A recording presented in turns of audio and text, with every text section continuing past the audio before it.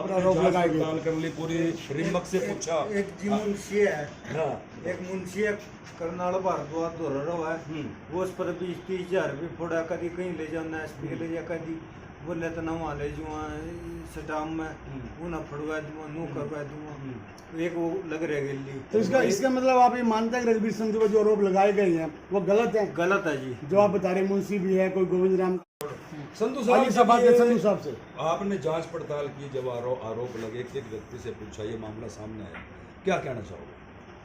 मैं संजय जी, जब आपने ये बाइट थाने में जो लीलाराम जी ने दी और एक दो साथी उसके साथ आए हुए थे, जैसे मेरे को पता चला तो मैंने आपको फ़ोन किया और आपको कहा कि भाई एक बार ये मुद्दा नहीं है, गलत आप मेरे पास आएँ और मेरा पक्ष रखें। आप आए, आपने मेरा पक्ष रखा।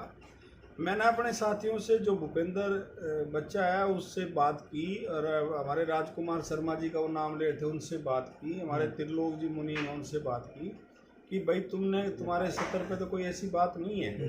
उन लोगों ने कहा कि ईमानदारी से हम तो आपको इतने दिन हो गए आपके पास हैं, कभी ऐसा देखा? मैंने यकीन था, मुझे विश्वास था कि ये आदमी इस तरह के नहीं हैं। तो कहीं न कहीं कोई बात में भेद है, लोचा है। हाँ, लोचा है। तो मैंने इस रिमक को आपके पास बुलाया, ये इसकी समझ में नहीं आया कुछ भी लाख रुपए मैंने कटवाए या ना कटवाए। तो ये कहने लगे मैं जंगल से आ रहा था, परेशान था अंकल जी, मैं आपसे अपनी बात रख के मैं सीधा बैंक में जाता हूँ। अच्छा जी। मैंने मैनेजर साहब से रिक्वेस्ट की कि 2 तारीख को जो हमारी रजिस्ट्री हुई लीलाराम के खाते में, हमारे खाते से, मैडम के खाते से पेमेंट आई, वो लोग कौन है जिन्होंने पेमेंट निकलवाई। तो उन्होंने अपना कैमरा खोल के उसमें मेरे को दिखाया, उसमें लीलाराम जी 7,60,000 रुपये खुद पैसे लेके, जो भूपेंद्र ने हमारे मुनीम जी को, त्रिलोक जी को बुलाया था थैला लेके, उसके थैले में डाले। हमारे मुनीम जी ने उसको थैले में से दोबारा पेमेंट काट के संभलवाई और उसको बोला मेरे को यहाँ से शहर से गांव तक छोड़ाओ। ये हमारा चौरे से निकल के आगे जो भरतपुर का मोड़ है वहाँ तक करके, बोले ताऊ तो 1 किलोमीटर गांव रह गया, मैं चलता हूँ। ये थैला जैसे ही उसको लेके आया तो ये वापिस आ गया, इनका कोई इस चीज़ से लेना देना नहीं है। मैंने दोबारा से जब फुटेज देखी तो रिमक के साथ वो लीलाराम जी पैसे निकलवाने लग रहे दोबारा 1 लाख रुपये। और फिर मैंने जाके फुटेज देख के बैंक मैनेजर से बात की, जो काउंटर वाले से बात की। लीलाराम जी साइन करके सब कुछ करके कुर्सी पे बैठ जाते हैं और ये कह के चले जाते हैं उसको, जो काउंटर वाला है, कि ये लाख रुपए रिमक को दे दो। तो रिमक वहाँ खड़ा रहता है, वो पैसे गिन के रिमक को देता है और फिर वो आवाज़ मारते हैं उसको लीलाराम जी, तो वो कहते हैं कि पैसे इसको दे दो। ये पैसे लेके लीलाराम जी को बैठा के ये चले जाते हैं।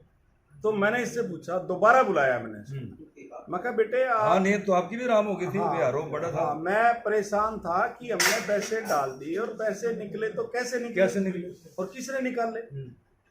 तो मैंने इसको दोबारा बुलाया आपके बाद।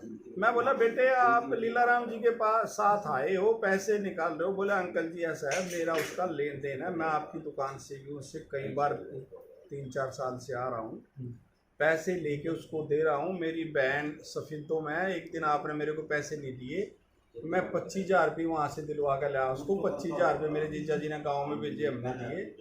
बोला जब आप मेरे से पैसे देने से नाट के ज़्यादा पैसे थे, मैंने अपना किसी कार्ड बनवा के आपके खाते में डाले। मेरी इसकी पत्नी राजेश क्या रिमक की और इसका बच्चा ये आए कि हमने ना ये पैसे देने हैं लीलाराम जी को, उनको ज़रूरत है, वो हमारे को 1 लाख रुपए दे दो। मैंने इनको बल्कि उस टाइम मेरी मदर एक्सपायर हुई थी, मैं बैठा था, फिर भी इनको 1 लाख रुपए मैंने दिलवाए। ये इन्होंने ये कहते हैं कि मैंने उस दिन भी लीलाराम जी को किए। अब गांव में जो आपसी भाईचारे का जो लेन देन होता है, वहाँ बही खाते तो होते ही नहीं। आप ले गए, मैं ले गया, जैसे मेरा भी लेन देन है तो कहीं से पैसे का लेन देन। हाँ, उस पर कोई इनकम साधन भी नहीं था। उसका एक ही बेटा था बेचारे का, वो डेथ हुई हुई थी, उसका केस उसने वकील वकाल पे कर रखा था, यही साथ लेके जाता था, यही लेके आता था। तो ये उसकी मदद में लगा रहा। अब इनका जो लेन देन था इसने मेरे को साफ किया कि अंकल जी इसमें कोई मामला किसी का नहीं है, उन्हें मेरे पैसे देने थे, मैंने 8,60,000 रुपये उससे ले लिए, 7,60,000 रुपये वहीं मोड़ पे ले लिए। मैं बोला दादा मेरे 1,00,000 रुपये हो रहा है, मैं ये उसको लेके दोबारा आकर उसको पैसे को ले गया। जब ये बात स्पष्ट हुई फिर मैंने गांव के सरपंच सोकी को फोन किया, मैं कहा भाई ये तो मामला ऐसे ऐसे है। वो बोले संधू साहब ये तो रिमक तो पहले ही कह रहा है कि मेरे पैसे का लेन देन सारे गांव ने पता है, भाई उससे पैसे लेता देता है, ये करता है। तो मैंने आपसे फिर बात की कल, हमारे प्रवीण कौशिक जी भाई आए, भाई क्या मामला है, मैंने इनको कहा कि मामला ये है। तो आप लोगों ने कहा, प्रवीण जी ने कहा कि अगर मामला ये है तो उसको रिमक के को बुलाओ और वो हमारे को बयान दे, भाई बात ऐसी है।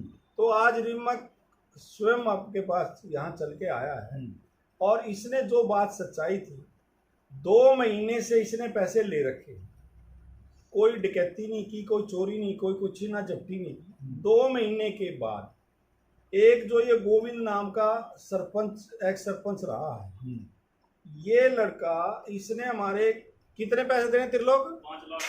5 लाख के लगभग उसने दुकान का पैसा दे दिया। पहले भी बता चुके हैं। हाँ, जिसमें मेरा भतीजा रामपाल भी मांगने गया। हमने 20 दिन से उसको तगादा कर रहे हैं, भाई हमारे पैसे दे दे, तुम्हारी दुकान पे 3-4 तो संधू साहब थाने से कोई फोन वगैरह आया जांच के लिए? हाँ, मेरे पास एसएचओ साहब का शाम को फोन आया था कि संधू साहब आप आओ, आपके खिलाफ कोई वो आई है, कंप्लेंट आई है।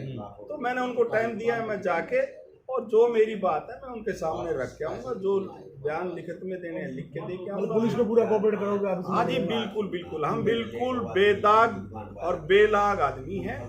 मैं कोई पहले भी बता चुका हूँ, मैंने पीर बड़ोली के अंदर 30-32 एकड़ जमीन है, सारी उसी गांव वालों से ले रखी है। और ये भाई बैठा था, सदरपुर का है, ये बैठा है, इनके गाँव में भी मैंने जमीन ले रखी है। तो 1 रुपया कोई व्यक्ति आके ये कह दे, इस एपिसोड में जो ये ड्रामेबाजी ये लोग कर रहे हैं, 2-3 आदमी, एक सत्यवान है लड़का वहाँ मुंशी एडवोकेट का, जिसने जो इनके केस पूछ रहे इनसे पैसे पूछे क्यों है, ये बुजुर्ग आदमी है, इसको पैसे हड़पने के। तो इस तरह के षड्यंत्र करने या कोई और आपको क्या लगता है आपको आपके खिलाफ कुछ षड्यंत्र रचा जा रहा है या कुछ कहानी कुछ हो रहा है? ये टोटल बदनाम करने का षड्यंत्र था, जबकि मेरा कोई लेना देना ही नहीं है किसी आदमी। इस राजनीति से देखो, कोई चर्चा हो सकता है। जब बहुत सारे लोग हो सकते हैं, हाईलाइट हुआ, बहुत सारे लोग। ये आप देख रहे थे रघुवीर सिंह ने अपना पक्ष जो स्पष्ट किया, तो यहाँ पर आज विमल को बुलाया गया और विमल ने स्पष्ट किया कि मैंने उस बुजुर्ग से लीला राम से 5,60,000 रुपये लेने जो मैंने ले लिया, संधू पर जो आरोप लगाए गए और बेबुनियाद और निराधार है, इनको राजनीतिक षड्यंत्र के तहत इसको बदनाम किए जाने की कोशिश की जा रही है। ऐसा इनके कार्यकर्ता संधू ने स्पष्ट किया कि मेरे खिलाफ षड्यंत्र रचा जा रहा है और जो भी मेरे पर आरोप लगाया गया बेबुनियाद है, निराधार है और इस मामले में वो पुलिस को कोऑपरेट करने के लिए भी तैयार है, ऐसा संधू ने हमें जानकारी दी है। आप देख रहे हैं डॉक्टर प्रवीण कौशिक। रघुवीर संधू के साथ में बैठा है, उस दिन की पूरी कहानी बताओ क्या मेरी था? बात सुनो जी, मेरा उसका 4-5 साल का लेन देन था। सबसे पहले तो अपना परिचय दीजिए आप, अपना नाम बता बताइए। दें। राजेश जी। रिंकल आप ही हो? हाँ जी, रिमल रिंकल। हाँ जी, रिमक। बताओ। मेरा उसका 4-5 साल का लेन देन था। मैं अड़ती बता पीछे ठुआ करूँ था और जी वो भी देर दे दो करता मैं। अच्छा वे पीछे हो गए ज़्यादा, अंकल जी नेट गए, बोला भाई अगर मैं राजेश पीछे नहीं देता, मैंने कृषि कार्ड करवाया जी। मैं बोला दादा पीछे ज़्यादा हो गए तेरे का नहीं, और तू कुकर पड़ेगा। दादा का नाम क्या है? लीला। बोला जी मैं अपनी ज़मीन बेच दूँगा। मैं यहाँ लेकर आया उन्हें, अंकल जी ने हट के बोले मैं पीछे नहीं देता, इसका भी बहुत खराब मानस है। अंकल जी कौन है? अंकल जी रघुवीर संधू। रघुवीर संधू। अच्छा जी, वो 2-3 महीने चक्कर काटता रहा, ये नेट गया। फिर मैं बोले अंकल जी जो ही नहीं वो करेगा मैं अपनी डबड़ी लिखवा दूँ। उन्होंने अपना आधार कार्ड बनवाया और बैंक में गया, फिर पैसे छोड़ने गए, ले गए 7,60,000 रुपये। फिर मैं बोले 1,00,000 रुपये और रह गए मेरे। बोले चल उल्टा वो 7,60,000 रुपये कहाँ है? वे मेरे देने थे जी उन्हें। अच्छा, आपने ले लिए? मैंने ले लीजिए। ठीक है। ठीक है जी। फिर मैं बोले 1 लाख रुपये रह गए, जब तना जरूरत पड़ेगी मैं इतना पैसे दे दूँ, जो कर लेन देन सही चलता रहेगा तेरा। बोले चलो फिर उल्टा 1 लाख रुपये और दे दूँगा। अच्छा वो गेट बंद होने वाला हो रहा था, सरदार जी बैठे वो था, बोले मैं लेन देन नहीं करता। फिर उन्हें बैंक वालों ने बुलाया, आण गया, फिर उन्हें गुंठा लगा दिया। बोले वो लीला राम कौन है? वे बैंक वाले बोले मैं हूँ जी। बोले पैसे दे देता है, अब दे दो। वो 1 लाख रुपए कहाँ है? वो 1 लाख रुपये मेरे पे थी जी। 8,60,000 रुपये आपके पास है। हाँ जी। तो उस दिन जब हमारी आपसे बातचीत हो रही थी, आपने ये कहा था जी उस लाख का मुझे नहीं पता, तो उस दिन आपने क्यों नहीं बताया? बस उधर में कुत्तो तोड़ मत गर्मी में था जंगल में जी, कपड़े में पूरा ले रहा था मेरे दिमाग में मंदिर। किसी प्रकार का कोई दबाव तो नहीं आप पे? नहीं जी कोई दबाव नहीं। नहीं, आपने बताया कि 8,60,000 थे। 8,60,000 आपने उसको किस नाम के दिए थे? हैं जी 8,60,000 आपने तो दिए थे उसको। कितने साल से लेन देन था? 5-6 साल से लेन देन था जी। अच्छा अच्छा। 5-6 साल था लेन देन था जी। वो कंधा कभी तो 50 दे दे, कभी कुछ कंधा में मगर चली जी बैठा उठा है मेरे तो मेरे बिना वो डिंग नहीं उठा हुआ था। ये वो दूसरे बेईमानों ने गोविंद गोविंद ठहकर अच्छी शराब पिया उस पर अच्छे वे करे, कभी थाने में जावा कभी कहीं जावा जी। नेताजी को उल्टा अंजाम लगा रहे जी। गोविंद कौन है? गोविंद एक सरपंच है जी। जो आपने लेन देन किया था, आपने कभी उसका कोई रिकॉर्ड रखा है? कोई लिखित में आपके पास? हाँ जी सारा कुछ लिखित में आपके हाँ पास? जी। 8,60,000 रुपये। दुकान से अपनी बहन पता नहीं, आप तो लेते रहे उससे, आपने उसको दिए, लीला राम को दिए, तो लीला राम से कोई लिखित लिया आपने कभी? हाँ गुंठे लगवाए जी इसके। गुंठे लगवा रखे हैं उसके? हाँ जी। कहाँ है वो गुंठे वाले कागज? उसके बही में भी लग रहे वही में भाई मन लग तो रहा है। रिम्मक ने जो है बताया, तस्वीरें आप देख रहे थे, जो रणवीर संधू पर जो आरोप लगाए गए थे उसको लेकर आज रिम्बल नामक व्यक्ति ने स्पष्ट किया कि 8,60,000 रुपये लीला राम से मैंने लेने थे और जो मैंने अपने पैसे बरामद कर लिए, थोड़े थोड़े करके पैसे उसने लिए थे, जिसका रिपोर्ट उसके पास भी वही में खाता में लगा हुआ है। जो संधू पर आरोप लगाए गए थे कल थाने में, उसको लेकर ये चर्चा सामने आई थी कि कोई राजनीतिक षड्यंत्र तो नहीं है। इसी बात को लेकर आज रिम्बल को यहाँ बुलाया गया, उससे स्पष्टीकरण लिया गया। उसने लीला राम से जिसने आरोप लगाया था संधू के ऊपर, उसने लीला राम से 8,60,000 रुपये लेने थे, जो थोड़े थोड़े वो लीला राम इससे लेता रहा था, उसने अपने पैसे पूरे कर लिए। इस बात को लेकर यहाँ स्थिति काफी हद तक स्पष्ट हो जाती है कि रणवीर संधू पर जो आरोप लगाए गए थे वो राजनीतिक षड्यंत्र के तहत लगाए गए थे। जैसा रणवीर संधू ने कहा भी था कि मेरे खिलाफ साजिश रची जा रही है। आप देख रहे हैं दर्पण में doctor Praveen Kaushik. Thank you very much.